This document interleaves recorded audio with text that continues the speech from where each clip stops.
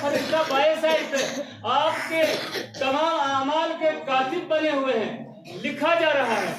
اپنے آپ کو بچاؤ، اپنے آپ کو بچانے کے لیے، اپنے آپ کو بچانے کے لیے جس سیدھے راستے کا آپ کو بتایا گیا ہے اس پر عمل کریں۔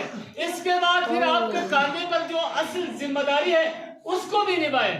صرف اپنے آپ کو سیدھا رکھتا ہوں کہ آپ مسجد میں آ کے تسبیح کرتے رہیں گے، آپ اپنے گھر میں سیدھا راستے پر چلتے رہیں گے، لیکن آپ کے بچے راستے سے بھٹکیں گے تو پھر بھی اس وقت بھی آپ سے مخاطب کیا گیا ہے کہ اپنے آپ کو بچانے کے بعد اپنے بچوں کو بھی اس آگ سے بچاؤ، ورنہ آپ بھی نہیں بچو گے۔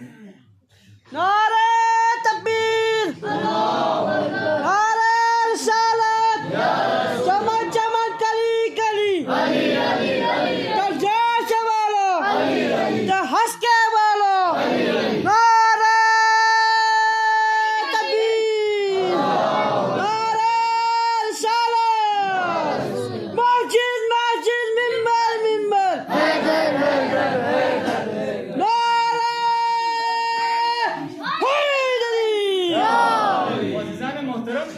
اپنے آپ کو بچانے کے بعد پھر بچوں کی تربیت والدین کی اولین ذمہ داری ہے۔ جس کو بچے اگر خداوند متعال نے عطا کیا ہے تو سمجھ لینا ہے کہ یہ بھی ایک بہت بڑی آزمائش ہے۔ کل کو آپ کا اور میرا سب سے پہلے قیامت کے دن ہمارا گریبان پکڑنے والے کون ہوں گے؟ ہمارے بچے ہوں گے۔ وہ کہیں گے اس نے ہمیں سیدھے راستے پر نہیں چلایا، اس نے ہمیں تعلیم نہیں دی، اس نے ہمیں حقوق نہیں دی، یہ اگر مجھے مدرسہ بھیجتا، یہ اگر مجھے مسجد کی راستہ دکھاتا، یہ اگر مجھے بنیادی تربیت دیتا، یہ اگر میرے بنیادی حقوق کا خیال رکھتا تو میں کبھی بھی راستے سے بھٹک کر نہیں ہوتا۔ آج میں یہاں مجھے برقرار ہے۔ بول محمد بلند شلوار۔ بچوں کی تربیت کے اوپر غور کرنے کی ضرورت ہے۔ بچوں کی تربیت کی جو ذمہ داری ہے وہ اولین ہے ہمارے اوپر۔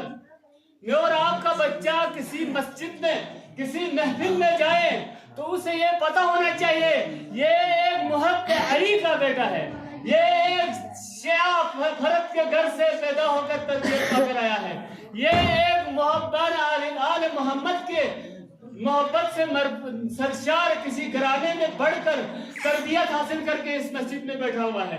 آپ کے بچے کی ہر نظر، ہر قسم کی حرکت، آپ کو جہاں کہیں بھی وہ جا رہا ہو، چاہے وہ مسجد میں، چاہے سکول میں، چاہے معاشرے میں ہے، اس کو نظر آتا ہے کہ یہ سیدھی راستے پر ہے یا بھٹکا ہوا ہے، اور اسی سے والدین کی ذمہ داری کا بھی پتہ چلتا ہے، اور ہر کوئی نظارہ کر رہا ہوتا ہے۔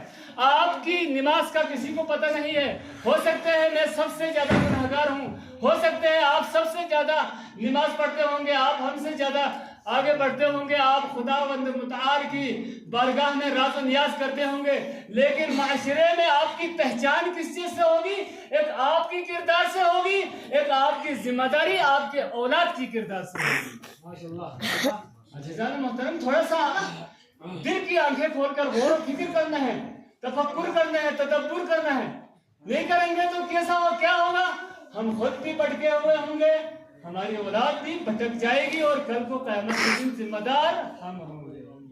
اسی لیے پروردگار نے فرمایا ہے قُوْ أَنفُسَكُمْ، بچاؤ اپنے آپ کو، وَأَهْلِيكُمْ، اور اپنے بچوں کو، وَقُودُهَا نَارًا، یعنی کہ اس نار سے بچاؤ، اس آگ سے بچاؤ جس کا ایندھن وَقُودُهَا النَّاسُ وَالْحِجَارَةُ، جس کا ایندھن کون ہوں گے؟ انسان اور پتھر ہوں گے، یعنی انسانوں اور پتھروں کو جلا کر وہ آگ تیار کر چکا ہوگا، اس آگ میں آپ بھی شامل ہوں گے۔ اس آگ سے بچانے کے لیے ترغیب کرو، تربیت کرو، ترتیب کرو۔ دنیا میں آپ نے اپنے آپ کو اس آگ سے بچانے کے لیے پروگرام بنا کر جانا ہے، اپنے آپ کو بچانے کے لیے باقاعدگی سے اپنے اس بلند مرتبے پر اپنے آپ کو فائز کر کے جانا ہے جس مرتبے کے لیے آپ کو بھیجا گیا ہے، جس مرتبے کے لیے آپ کو راستہ دکھایا گیا ہے، جس مرتبے کے لیے 1,24,000 انبیاء آئے ہیں، اسی مرتبے پر آپ کو فائز کرنے کے لیے، اسی کا راستہ دکھانے کے لیے آپ کو 12 اماموں نے آپ تک علوم پہنچائے ہیں۔ ان تمام ائمہ کرام کے جو دکھائے ہوئے راستے پھر علماء کرام کی طرف سے آپ کو بتائے ہوئے ان علوم پر عمل کرنا آپ پر فرض ہے۔ عزیزان محترم، آج ایک ایسے بچے کی ولادت منانے کے لیے ہم یہاں آئے ہیں. آپ یہاں تشریف فرمائے ہیں, ماشاءاللہ سے بہت بڑی جشن کا اہتمام کیا ہے. آپ اسی بچے کی تربیت پر غور کریں, ایک لمحے کے لیے اسی بچے کی تربیت پر غور کریں. کتنا عظیم بچہ ہے, کتنا عظیم بچہ ہے اہل البیت کے گھرانے کا, کیسی تربیت ہوئی ہے. میں نے پہلے آپ کو ذکر کیا تھا کہ جب کربلا کی واقعے کے حوالے سے رسول اکرم صلی اللہ علیہ وآلہ وسلم تک جبرائیل نے خبر پہنچائی, اس کے بعد یہ فرمایا کہ حسین نے شہید ہونا ہے, کربلا کے میدان میں شہید ہوں گے, یزید کے ساتھ جنگ ہوگی. جب تک شہادت کے درجے پر امام حسین فائز نہیں ہوں گے, نہ دین بچے گا, نہ امام حسین کو وہ مرتبہ ملے گا جس مرتبے کے لیے حسین کو بنایا ہے, جو مرتبہ دنیا میں نہ آج تک کسی کو ملا ہے نہ ملے گا. تب اہل بیت نے اس قربانی کے لیے, یعنی اسلام کے خاطر, دین الہی کے خاطر اس قربانی کے لیے تیاری کر دی, باقاعدگی سے تیاری کر کے ہر ایک ہستی نے کربلا کے حوالے سے وصیت کی. رسول خدا صلی اللہ علیہ وسلم جب دنیا سے تشریف لے جا رہے تھے, اس وقت بھی آخری الفاظ یہی تھے کہ نانا کی زینب آپ نے کربلا میں صبر کرنا ہے, حسین آپ نے صبر کر لینا ہے, اب آپ کے مددگار ہوں گے, آپ کو قیامت تک انشاءاللہ تعالی آپ کا مرتبہ بلند ہوگا. ان کا حسب و نسب آپ بیان کرتے رہا.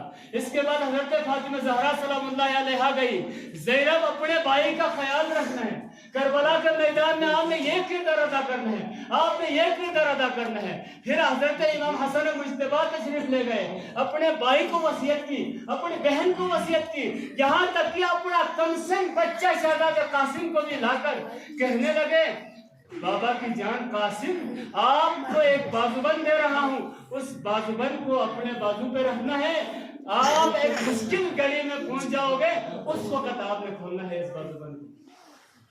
اس بازوبند میں کیا لکھا ہوا تھا کہ قاسم کو یہ وصیت کی گئی تھی کہ بابا کی جان جب کربلا پہنچو تو میرے بھائی حسین کو تنہا سمجھ کر آپ نے پیچھے نہیں ہٹنا, بلکہ اپنے چاچا پر, اپنے وقت کے امام پر پھرا ہونا. عزیزان محترم, اسی تیاری کر لی گئی تھی, ہر ایک نے اپنا اپنا حصہ ڈال دیا تھا. آج شہزادہ قاسم کی کردار دیکھیں آپ, ایک طرف موت ہے, ایک طرف ایمان, ایک طرف امام, ایک طرف زندگی, ہر قسم کی آسائش ہے. اگر یزید کی طرف جائے تو بعد میں کامیابی کس نے دیکھا ہے, اس وقت تو لالچ تھی نہ پڑی, بچا سکتی تھی ماں, خود بھی بچ سکتے تھے. بڑی مشکل سے امام حسین علیہ السلام نے امام حسن کا